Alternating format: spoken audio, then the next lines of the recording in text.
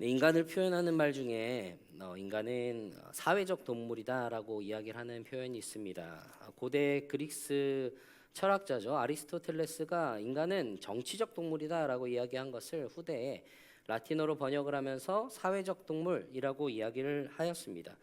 이런 표현을 했던 것이 인간은 생존 본능으로서 혼자 살아가려고 하지 않고 무리를 이루면서 살아가려고 하는 그런 안정된 것을 선호한다는 것을 이야기를 하고 있습니다.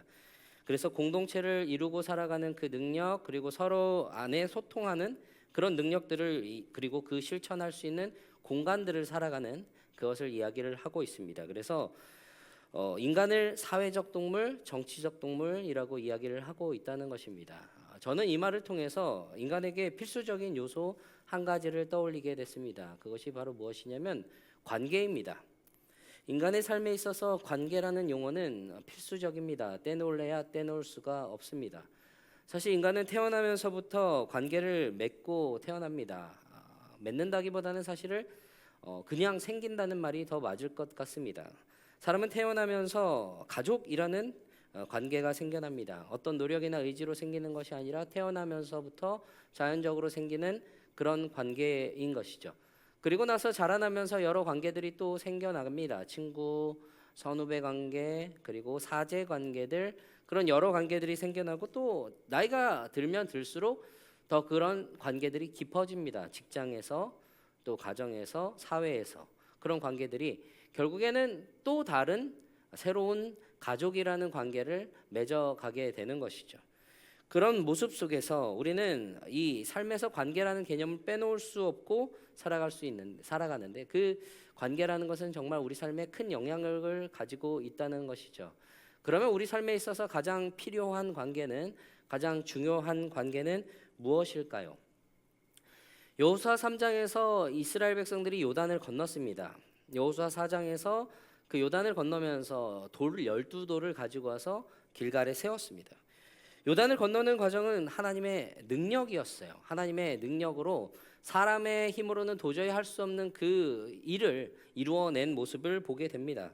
그리고 그 능력으로 이스라엘은 요단을 건너서 드디어 가나안 땅을 밟게 되었습니다.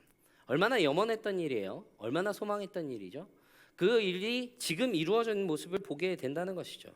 그러니까 이스라엘 백성들이 이제 가나안 땅을 딱 밟았는데, 그러면 이스라엘 백성들에게 기대되는 것은, 앞으로 해야 할 것이라고 여겨지는 일이 무엇일까요? 바로 가나안 정복입니다.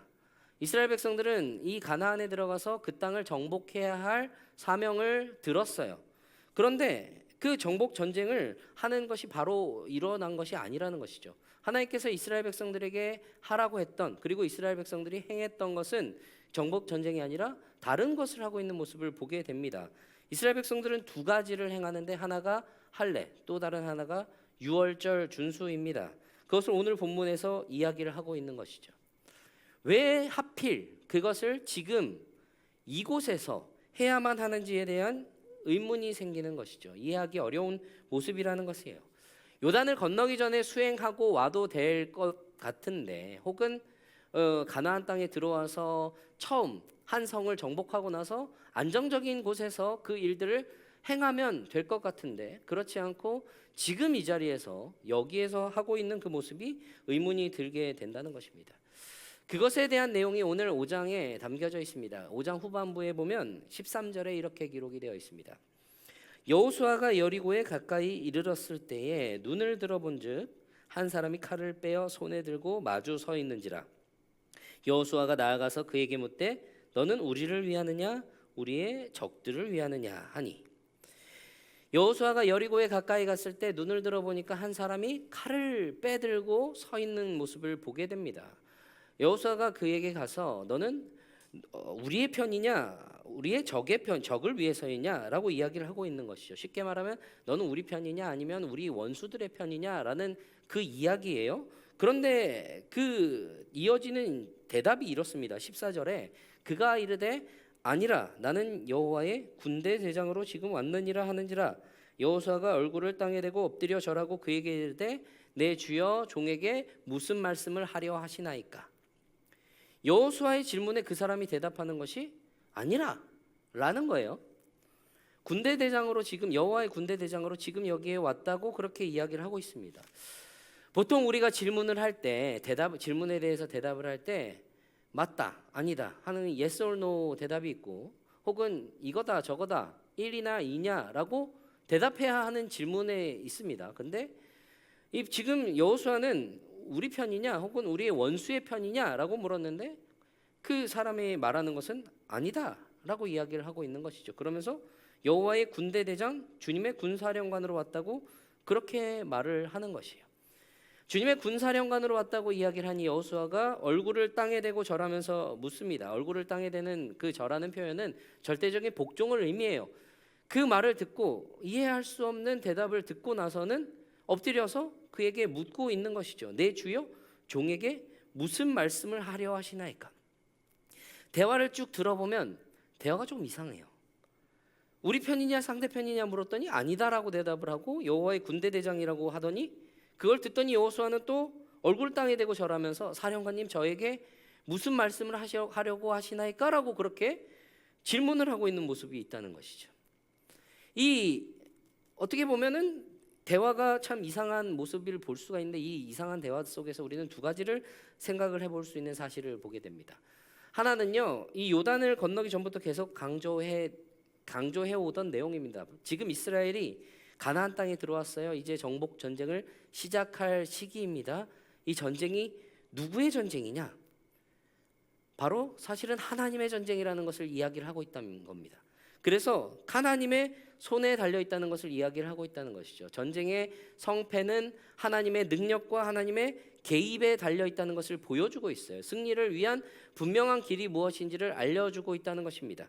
또 다른 하나가 하나님의 군대가 이 이스라엘 위에 싸우러 왔다고 이야기를 하고 있다는 것입니다. 하나님의 군대의 장관, 군사령관이 여호수아에게 왔다고 이야기를 하고 있어요. 그러면 여호수아가 사실 우리 편이냐 상대편이냐고 물었던 그 질문에서 여호와의 군대 장관입니다라고 이야기를 했다면 우리 편 맞잖아요라고 이야기를 할 수 있는 것이죠. 그런데 여기서 생각해 볼 것이 무엇이냐면 이 이스라엘이 과연 하나님의 편인가? 이 이스라엘이 과연 하나님의 편이 맞는가? 이스라엘이 하나님의 군대인가? 라는 것을 생각을 해봐야 한다는 것입니다. 그래야만 하나님의 군사령관, 그 군대가 우리 편일 수가 있게 된다는 것이죠. 그래서 15절에 이렇게 이야기를 하고 있습니다. 여호와의 군대 대장이 여호수아에게 이르되 내 발에서 신을 벗으라. 내가 선 곳은 거룩하니라 하니 여호수아가 그대로 행하니라. 내가 선 그곳이 거룩하다고 신을 벗으라고 그렇게 말씀을 하고 있습니다.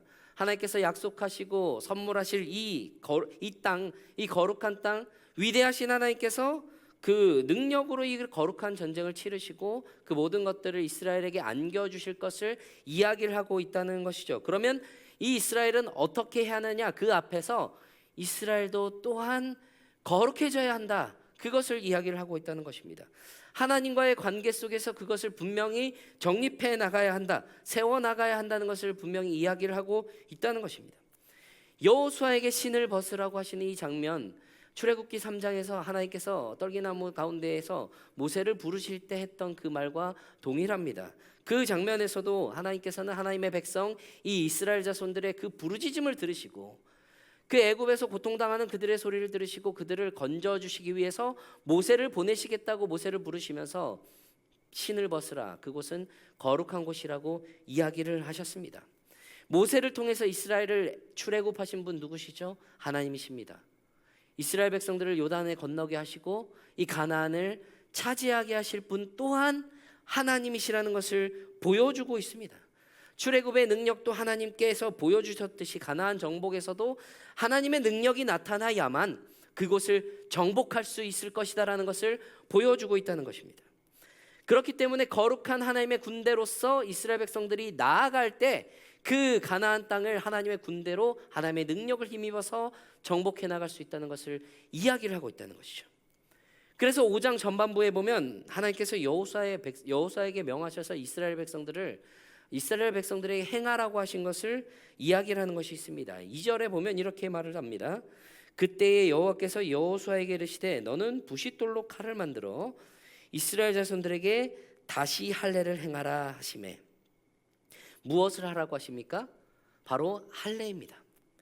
요단을 건너서 이 가나안 땅에 진입한 이스라엘 백성들에게 가장 먼저 내려진 지시는, 자 이제는 가나안으로 들어왔으니 돌격하자, 공격 개시다 라는 것을 이야기를 하시는 것이 아니라 할례를 하라고 이야기를 하고 계시다는 것입니다. 바로 하나님과의 관계를 정립하고 계시다는 것이죠.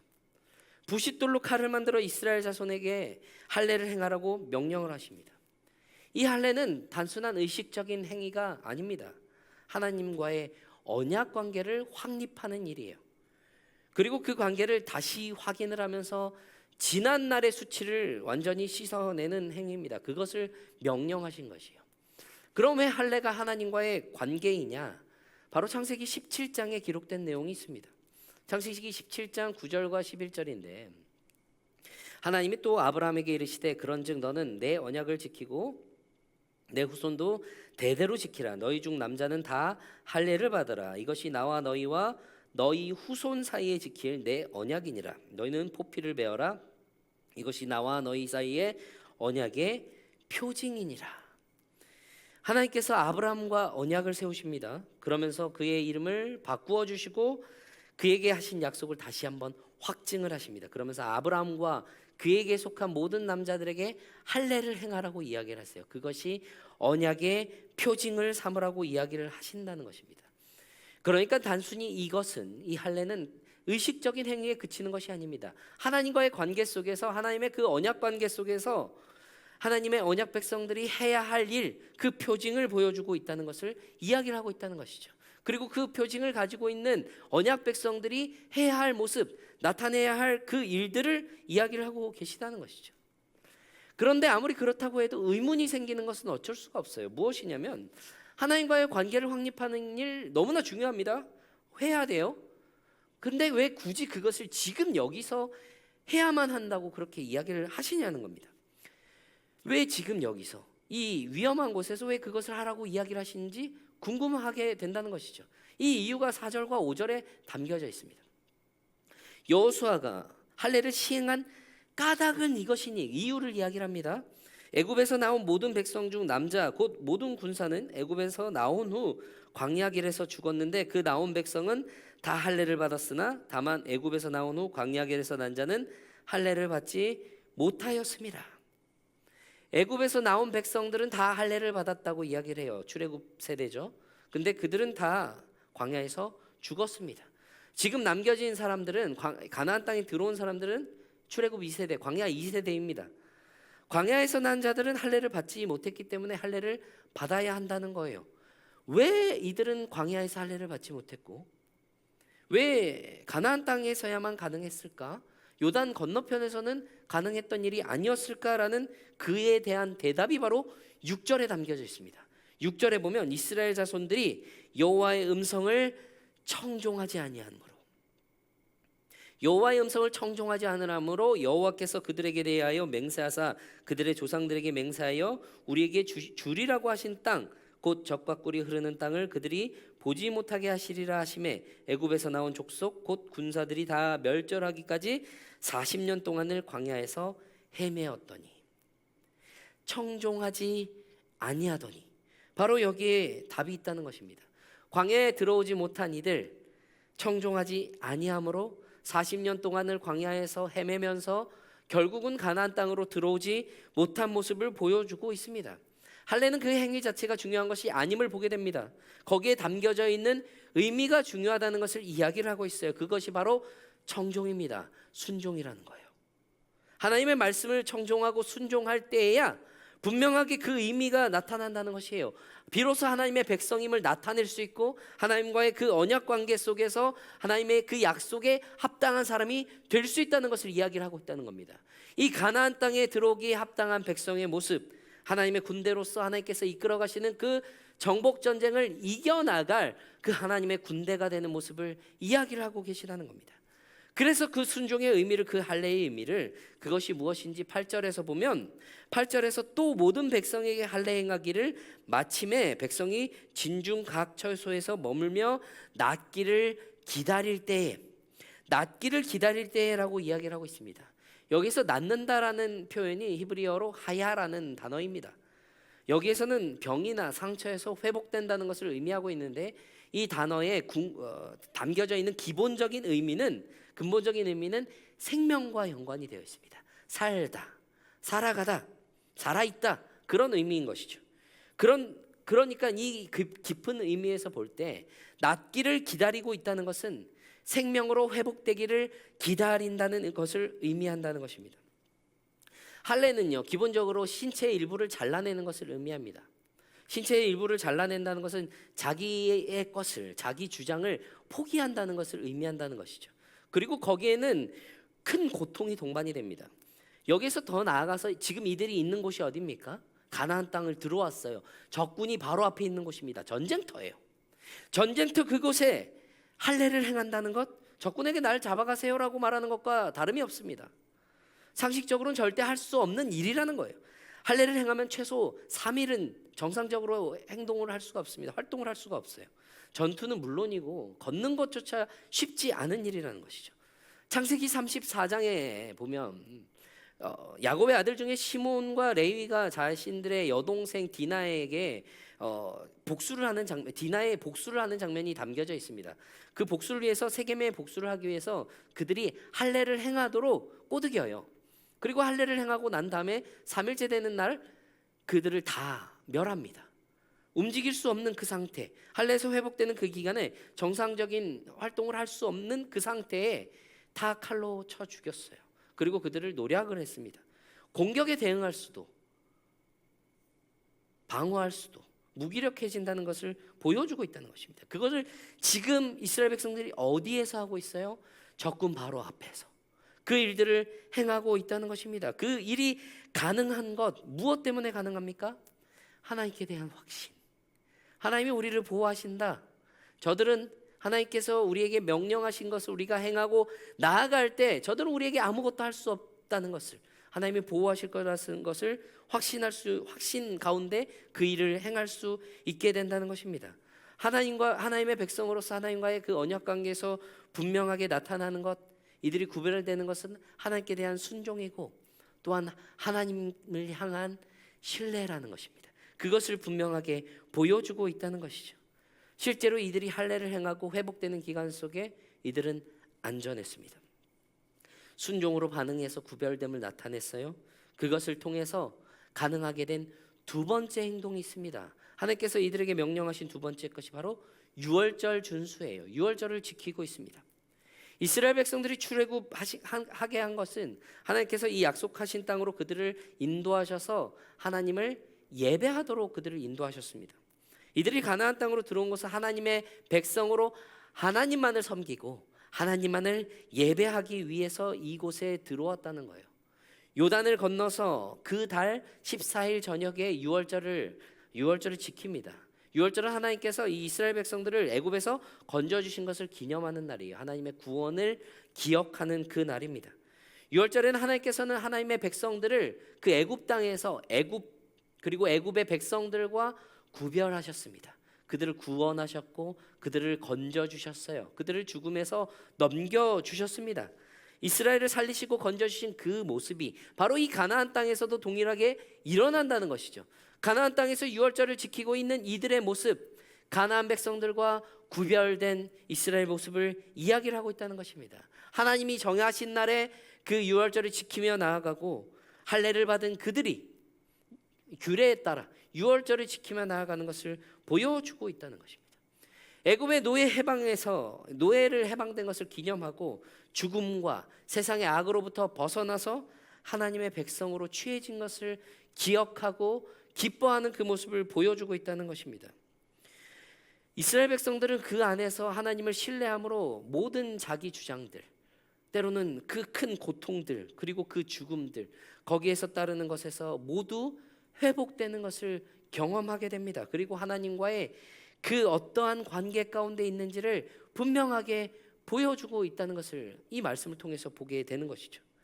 할례와 유월절 준수를 통해서 이스라엘 백성들은 하나님과의 관계를 분명하게 나타내고 있습니다. 이것을 이루어진 곳이 바로 길갈이라는 곳인데 9절에서 보면 이 이름의 유래를 이렇게 이야기를 합니다. 여호와께서 여호수아에게 이르시되 내가 오늘 애굽의 수치를 너희에게서 떠나가게 하셨으므로 그곳 이름을 오늘까지 길갈이라 하느니라. 하나님께서 내가 오늘 애굽의 수치를 너희에게서 떠나가게 하였다라고 한 그 말을 따라서 이곳을 길갈이라는 이름을 불렀다고 하는 것이죠. 애굽에서의 수치, 노예 생활로 얽매여 있던, 죽음 가운데 있던, 광야 생활에서의 수치, 불순종했던 그 모습들 다 떨쳐내는 그날이 바로 오게 된다는 것입니다. 그 수치를 그치게 되는 것은 단순히 그들이 할례를 받아서만도 아니고 그들을 유월절이 지켜서만도 아닙니다. 바로 하나님과의 관계를 바르게 정립한 그때에 그들은 비로소 그 모든 수치들을 다 떨쳐낼 수 있게 됐다는 것이죠. 그것이 할례라는 상징으로 나타나고 하나님과의 언약 관계 안에 있는 그 백성들에게 하실 일들을 기념하며 이 유월절을 지키는 모습으로 나타났다는 것을 보여주고 있는 것이죠. 그것을 통해서 이제는 이 약속의 땅이 이스라엘 백성들에게 곧 주어질 것이라는 것을 기대하며 나아갈 수 있게 되는 것입니다. 바로 하나님께 대한 신뢰와 순종, 그 섬김을 통해서 그것이 드러나게 된다는 것이죠. 이스라엘 백성들이 유월절 규례에 따라서 유교병과 볶은 곡식을 먹습니다. 그 곡식은 바로 이 가나안 땅의 산물이에요. 가나안 땅에서 취한 그 소출이라는 것이죠. 그래서 12절에서는 이렇게 이야기를 합니다. 또 그 땅의 소산물을 먹은 다음 날에 만나가 그쳤으니 이스라엘 사람들이 다시는 만나를 얻지 못하였고 그 해에 가나안 땅의 소출을 먹었더라. 지금까지 광야에서부터 하나님께서 먹이신 것은 만나입니다. 이스라엘 백성들을 만나로 먹이시고 공급해 주셨어요. 그런데 이스라엘의 이 유월절에 그 가나안 땅의 소산물을 먹은 다음 날부터 만나가 그쳤다고 이야기를 합니다. 그럼 이제 하나님의 공급이 끊긴 것이냐? 그것이 아니라는 겁니다. 바로 지금까지는 만나로 이스라엘 백성들을 먹이셨던 하나님께서는 이제는 이 땅에서 나오는 그 소산물로, 그 소출로 너희가 먹을 것이다 라는 것을 이야기를 하고 계시다는 것입니다. 새로운 방식으로 공급하시는 하나님의 모습을 보여주고 있다는 것이죠. 새로운 땅에 들어왔고 하나님과 관계를 새롭게 다시 정립하는 이스라엘 백성들의 모습으로 보여줍니다. 하나님께서는 그들을 새로운 방식으로 채워나가셔요. 그들을 결코 굶기시지 않는다는 것입니다. 그 모습은 결국 이스라엘 백성들이 가나안 땅을 정복할 것을 분명하게 선언하신 모습과 마찬가지라는 것입니다. 그렇기 때문에 이 정복은 하나님의 일이고 이스라엘 백성들이 가나안 땅에서 충족할 수 있는 것은 이스라엘을 가나안 안으로 보내신 언약을 관계를 맺어주신 하나님으로 말미암아 이루어질 수 있다는 것을 보여주게 됩니다.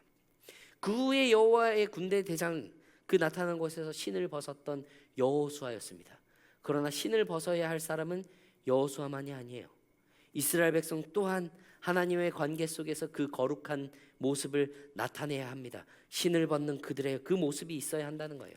그들이 젖과 꿀이 흐르는 그 약속의 땅으로 들어와서 이제는 그것을 정복하고 그 땅에서 충족해 나갈 그 모습은 하나님께서 그 능력을 통해서 이루어 가시고 하나님께서 하나님의 그 공급하심으로 이루어 주실 것을 신뢰함으로 나아갈 수 있게 된다는 것이죠. 그 안에서 이스라엘 백성들이 나타내야 할 모습, 거룩하게 분별된 모습, 신을 벗은 그 모습, 그것이 나타나야 한다는 것이에요.